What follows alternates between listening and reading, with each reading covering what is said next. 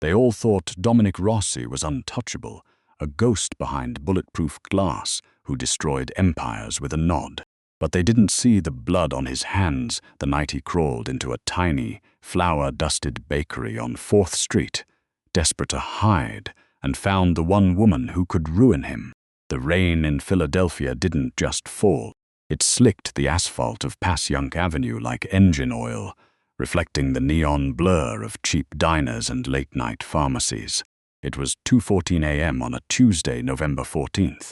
The city was mostly dead, save for the low rumble of a customized 2024 Cadillac Escalade idling 3 blocks away from Amato's artisanal dough.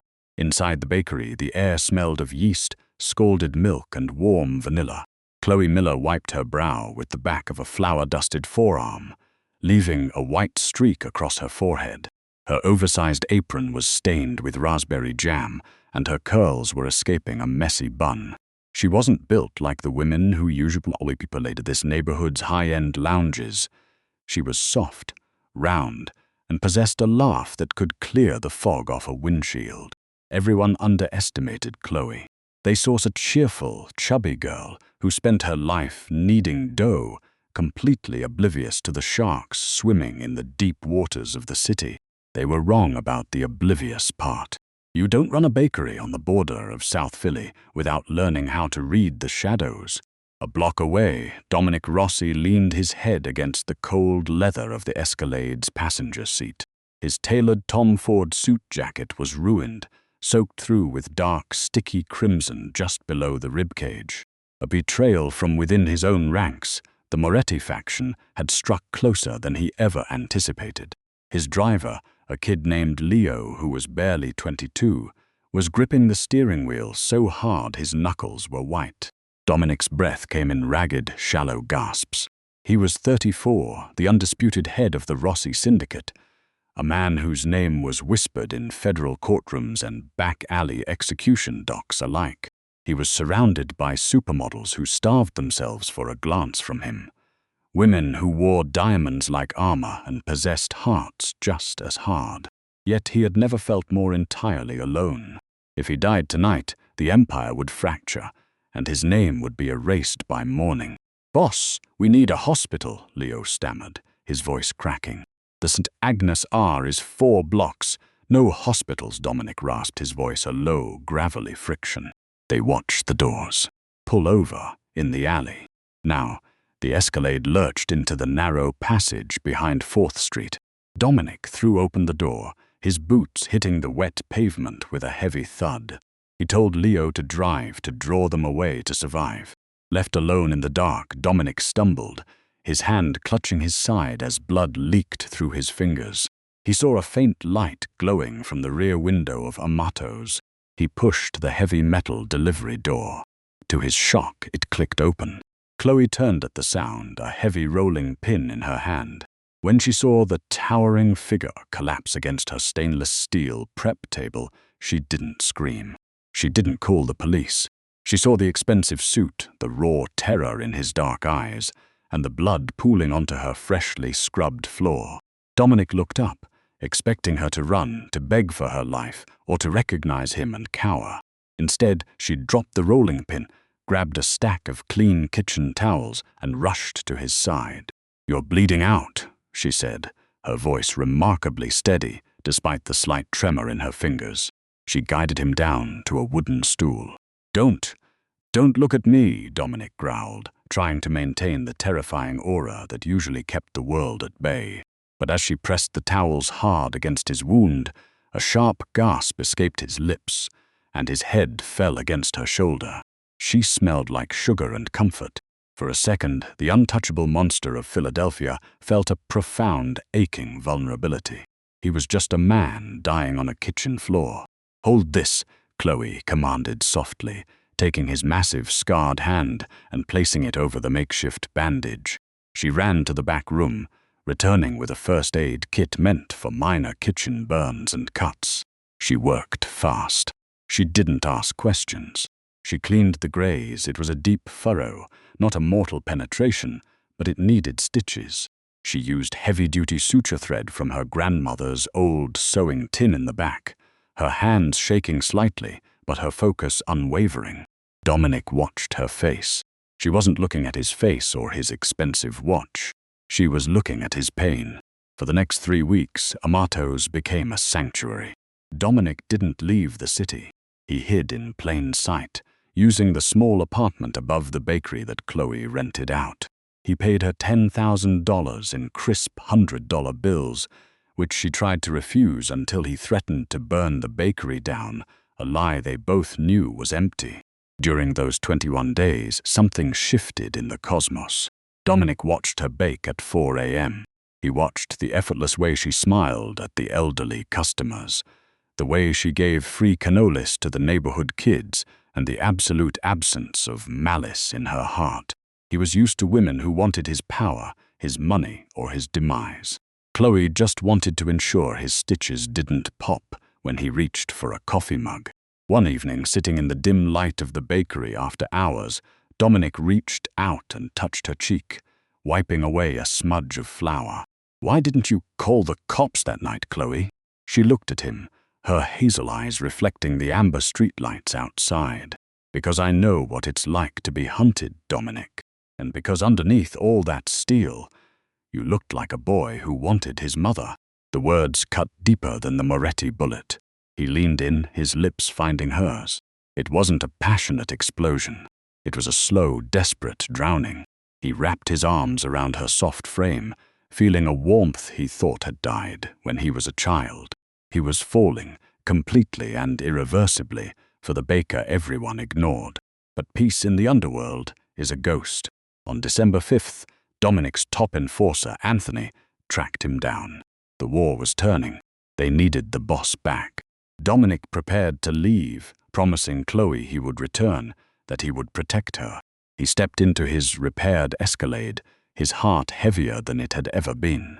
He thought he was leaving her safe.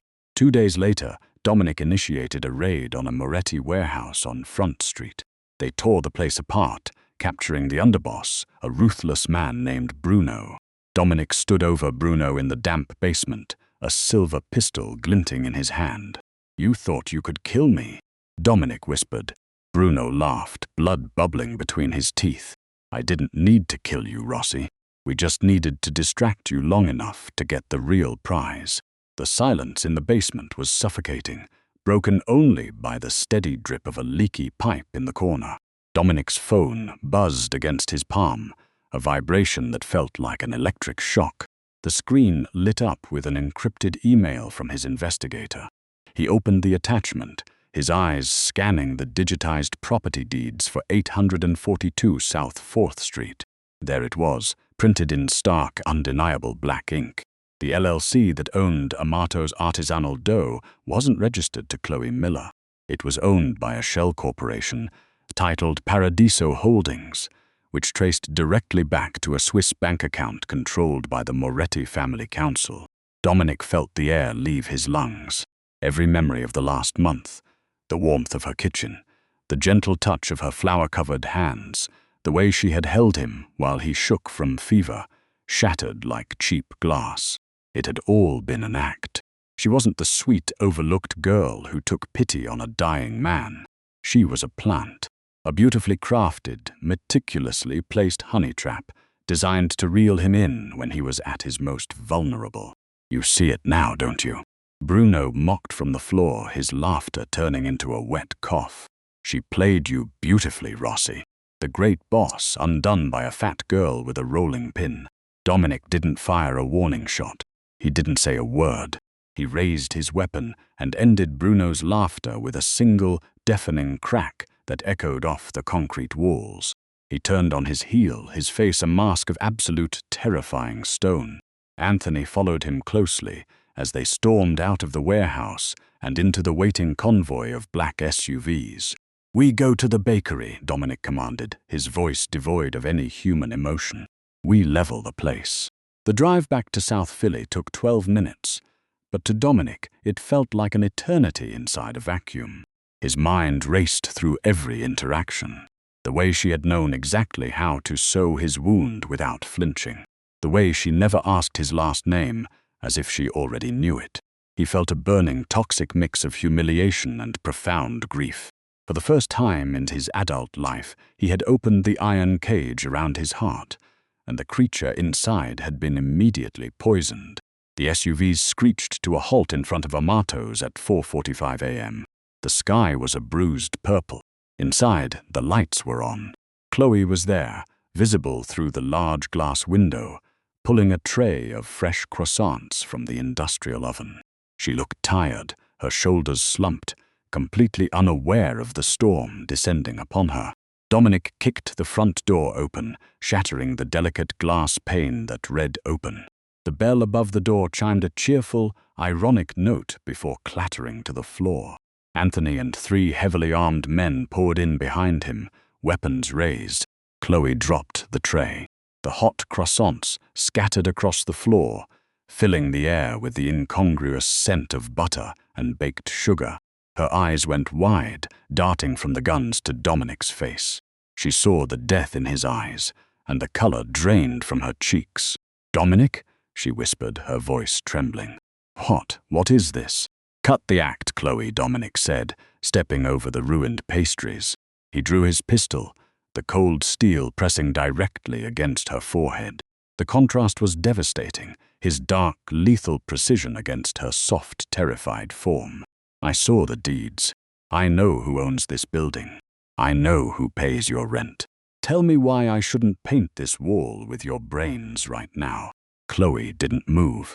A tear spilled over her lower lid, tracking through a faint dusting of flour on her cheek. "I don't know what you're talking about. I swear to God, Dominic. I rent this place from an agency. I don't know any Morettis." "Lie to me again," Dominic roared, his finger tightening on the trigger, "and you won't live to see the sun rise." "Boss, wait!"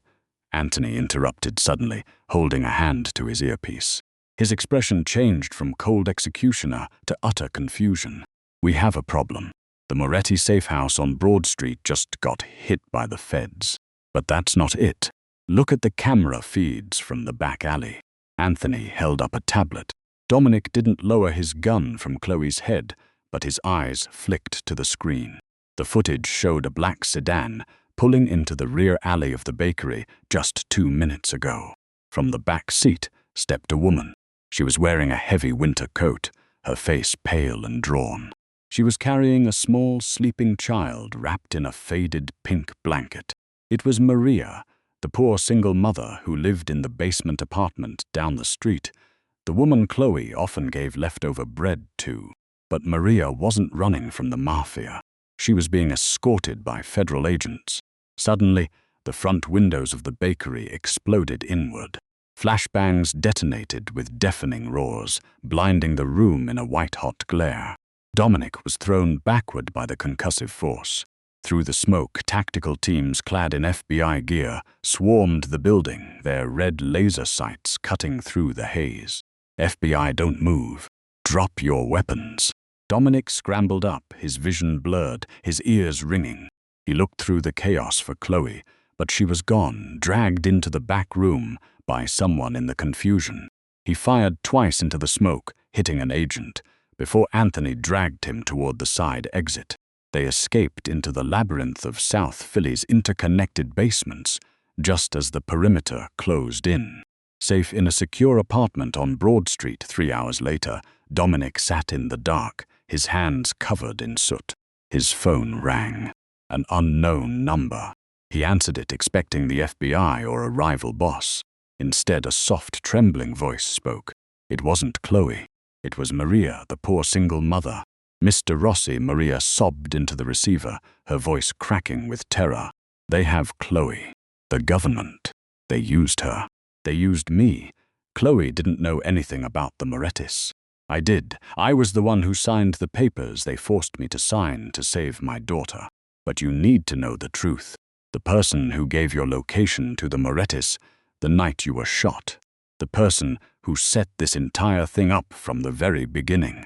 He's sitting in the room with you right now."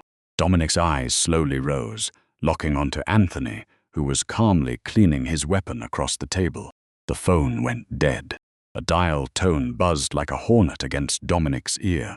He didn't lower the device. He kept it pressed to his temple, using the physical sensation to anchor himself while his world spun on a terrifying new axis. Across the scratched mahogany dining table, Anthony was meticulously running a white cloth down the barrel of his black Glock 19. The scrape of the cleaning rod was rhythmic, steady, and entirely casual. The man had been Dominic's right hand for 9 years. They had bled in the same gutters, shared the same bread, and sworn the same blood oaths under the watchful eyes of the old-world capos. Dominic let his hand fall slowly to the table. His knuckles were bruised, the skin split from the warehouse raid, but his fingers were no longer shaking. A cold, absolute clarity settled into his bones. It was the kind of stillness that precedes a fatal lightning strike. "Everything all right, boss?" Anthony asked without looking up, his voice smooth, devoid of the panic that should have followed a botched federal raid. "We need to move to the safe house in Cherry Hill before the Bureau maps out our secondary escape routes." "Anthony," Dominic said, his voice dropping an octave, echoing softly in the unfurnished room. "Do you remember the winter of 2018, when the Lucchese family pinned us down in that meatpacking plant on Delaware Avenue?" Anthony paused, the cleaning cloth hovering over the slide of his weapon. He smiled a thin, dangerous line. "Yeah, coldest night of the year. We shared a single pack of Lucky Strikes and assumed we'd be dead by dawn. You swore back then that if anyone ever put a crosshair on my back, you'd take the hit," Dominic murmured. He stood up, his towering frame casting a long shadow across the floorboards. He walked slowly toward the window, his back completely exposed to his enforcer. It was a test, a deliberate, lethal gamble. "So tell me how the Morettis knew exactly which route my escalade was taking on November 14th. The silence stretched, heavy and suffocating. The rhythmic ticking of a plastic clock on the wall seemed to amplify until it filled the entire room. Behind him, the sound of the cleaning rod stopped completely. "The city is changing, Dominic," Anthony said. The warmth was gone from his voice, replaced by a flat, clinical detachment. "You became weak. The moment you walked into that pathetic bakery and let that fat girl dress your wounds, you lost the edge. A syndicate can't be run by a man who finds his peace in the smell of vanilla and sugar. The Morettis offered a future, a seat at the table in New York. All they needed was your head." Dominic didn't flinch. He didn't turn around. "And Maria, the single mother?" "A necessary piece on the board," Anthony muttered, his chair scraping against the floor as he stood up. Dominic could hear the rustle of fabric, the sound of a weapon being raised. "We forced her to sign the LLC papers for the building, making it look like the bakery was a Moretti front. If you survived the hit, we knew you'd trace the deed, think the baker betrayed you, and kill her yourself. Clean hands for us. A broken heart and a broken empire for you. But the feds ruined the timing. You underestimate the people who have nothing left to lose, Anthony," Dominic whispered. Before Anthony could pull the trigger, the heavy oak door of the apartment splintered inward. Leo, the kid driver everyone thought was just a terrified boy, burst through the frame, his weapon barking twice. The rounds caught Anthony square in the chest, hurling his body backward onto the mahogany table, shattering it under his weight. Anthony groaned, his eyes rolling back as life leaked out of him onto the ruined wood. Leo stood in the doorway, his chest heaving, his hands gripping his pistol with a ferocious, protective intensity. "I tracked his burner phone, boss. I'm sorry I didn't get here sooner." Dominic didn't look at Anthony's body. He walked right past it, his eyes fixed on the door. "Where is she, Leo?" "They took her to the federal holding facility on Arch Street," Leo said, catching his breath. "But boss, it's a trap. They're using her as bait. The FBI knows you'll come for her. If you step foot near that building, they'll bury you under the prison." "Then let them try," Dominic growled, stepping over the threshold into the dark corridor.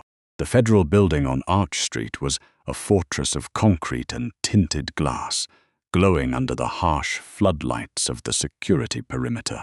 It was 8:30 p.m. Inside a windowless interrogation room on the 3rd floor, Chloe sat under the buzzing fluorescent lights. Her hands were cuffed to a metal ring in the center of the table. She looked small, her oversized sweater swallowing her frame, her face pale and stained with dried tears.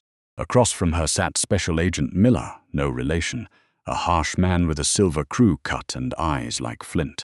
"We know who he is, Chloe," the agent said, slamming a thick manila folder onto the table. Pictures of Dominic spilled out, Dominic at funerals, Dominic walking out of courtrooms, Dominic bleeding in her bakery. He's a monster. He's responsible for the disappearance of over a dozen men in this city. You're facing 20 years as an accessory to racketeering and domestic terrorism. Tell us where his secondary safe houses are, and you walk. Chloe looked at the photos. She looked at the man who had held her hand in the dark, the man who had looked at her like she was the only thing that mattered in a world full of ghosts. She knew he was dangerous. She knew he was a killer. But she also knew the man who had wept silently in his sleep while she wiped the sweat from his forehead. "I don't know anything about his business," she said, her voice small but steady. "He was a dying man. I gave him bread. I patched his skin. That's what I do." "You're protecting a snake," the agent hissed, leaning in close. "And snakes always bite the hand that feeds them." Suddenly, the lights in the interrogation room flickered and died. The hum of the air conditioning cut out, plunging the room into a heavy, absolute darkness. A second later, the red emergency lights clicked on, casting a bloody, surreal glow over the concrete walls. The building's alarm system began to wail, a piercing, rhythmic shriek that signaled a total breach of the security grid. "Stay here," the agent ordered, drawing his weapon and stepping toward the door. He never made it. The metal door was blown off its hinges by a localized kinetic charge, crushing the agent against the opposite wall. The silence inside the stalled van was more violent than any gunshot Dominic had ever heard. The red emergency lights from the streets outside bled through the small, reinforced glass windows of the rear doors, casting long, bloody bars across Chloe's face. She didn't blink. She didn't look down. The soft, cheerful baker who had wept over a ruined tray of croissants had vanished, replaced by someone with a spine made of industrial steel. Dominic's hand, still resting on her waist, went completely numb. The armor felt heavy on his chest, suffocating him. "Chloe," he breathed, the word a fragile, broken thing. "What is this?" "This is the end of the Rossi line, Dominic," the woman in the driver's seat said, her pistol unmoving, aligned perfectly with the space between Dominic's eyes. "I am Deputy Director Vance of the Organized Crime Division, and your little sanctuary on 4th Street was our operation from the very second you bled onto her floor." "No," Dominic rasped, his eyes searching Chloe's face, pleading for a lie, pleading for the girl who smelled of vanilla. Anthony said the Morettis owned the building. He said he set the trap. Anthony was a greedy fool who thought he was playing the board. Chloe spoke, her voice no longer trembling. It was calm, measured, and entirely devoid of the South Philly accent she had used for 3 weeks. "The Morettis did buy the building, Dominic. We let them. We leaked the information to Anthony through a compromised channel, knowing he would use it to frame me if you survived his hit. We needed Anthony to think he was clever, so he would isolate you. We needed you isolated so you would look for a hiding place, and we knew exactly where you'd go." "You," Dominic whispered, the realization cutting into him like a rusty blade. "You aren't a baker. I am a federal analyst, Dominic." "Special Agent Chloe Miller," she said, her hazel eyes holding his with a terrible, unyielding weight. "My grandfather really was a baker. I know how to knead dough. I know how to sew a wound. But I also know how to study a target. I've spent 2 years tracking your financial footprint. I knew your entry points, your exit routes, and exactly how lonely you were in that mansion in Rittenhouse Square." "The trembling hands," Dominic muttered, a bitter, breathless laugh escaping his throat. "The tears the night you said I looked like a boy who wanted his mother. Was any of it real?" Chloe looked at him, and for a fraction of a second, a shadow of the girl from the bakery flickered in her eyes. Her fingers twitched against her lap, a microscopic gesture of hesitation that she instantly suppressed. An asset is easiest to control when they believe they are protecting something pure, Dominic. You survived 34 years in the underworld because you never trusted a beautiful woman in a designer dress, but a chubby, ordinary girl who gave free cannolis to children. You didn't even look at my hands when I stitched you up. If you had, you would have seen the calluses from a tactical trigger pull, not a rolling pin. Dominic fell back against the steel wall of the van. The physical wounds from his escape were nothing compared to the absolute demolition of his soul. He had torn his own empire apart, killed his longest ally, and walked into a federal hornet's nest, all to save a ghost. And Leo, Dominic asked, his voice hollow. Leo is currently being processed at a black site in Virginia. Director Vance interjected from the front, her finger tightening slightly on the trigger of her silenced weapon. He was compromised 2 days ago. He played his part perfectly tonight to ensure you didn't die in that interrogation room. We couldn't have the local police department executing our prize before we got the encryption codes for the Rossi offshore accounts. The whole thing, Dominic said, looking up at the reinforced ceiling. A theater, a necessity, Chloe corrected softly. She reached into her heavy sweater, but she didn't pull out a gun. She pulled out a standard-issue FBI pair of steel handcuffs. It's over, Dominic. Sign the asset forfeiture agreements. Give us the names of the New York capos, and the Department of Justice will ensure so you spend the rest of your life in a medium security facility with a window. If you fight this, you die in a federal maximum security hole where you'll never see the sun again. Dominic looked at the handcuffs. Then he looked at Chloe. The raw, bleeding vulnerability that had defined him for the last month hardened into something else. The monster of Philadelphia hadn't died. It had just been sleeping, wrapped in the warmth of a fake kitchen. The silence before the storm returned, heavy and lethal. You studied me for 2 years, Agent Miller, Dominic said, his voice dropping into that terrifying, gravelly register that made juries freeze. He didn't look at the gun in the front seat. He kept his eyes locked on hers. Then you should know one very specific detail about the Rossi family. Chloe's brow furrowed slightly, her posture stiffening. What's that? We don't survive by trusting people, Dominic whispered, a dark, slow smile spreading across his face. We survive because we always have a secondary detonation. Before Chloe could react, Dominic reached down to the tactical vest on his chest. He didn't pull a weapon. He pressed a small, recessed button on the side of his radio unit. The world outside the van didn't explode. Instead, the entire electrical grid of the block they were idling on snapped out.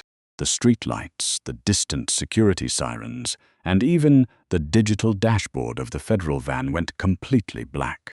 A localized electromagnetic pulse, triggered from a transmitter Dominic had installed in Leo's vehicle weeks ago as a fail-safe for an urban ambush. In the absolute pitch-black darkness of the van, a struggle erupted. A gunshot cracked, the muffled thwip of Vance's silencer hitting the steel partition. Dominic lunged forward, his massive frame slamming into Chloe, pinning her arms against the floorboards. He didn't throttle her. He didn't draw a blade. He grabbed the handcuffs from her grip, his hands moving with blind, lethal precision learned from a lifetime of violence. Snap, clack. Chloe gasped as her own cuffs locked her right wrist to the heavy steel structural rib of the van's floor. Dominic, stop! She shouted, her voice finally losing its analytical calm, panic bleeding through. Dominic didn't answer. In the dark, his hand found her face one last time. He didn't strike her. He gently traced her jawline, his thumb brushing against her lower lip. The vanilla was a nice touch, he whispered in the dark, his breath hot against her ear.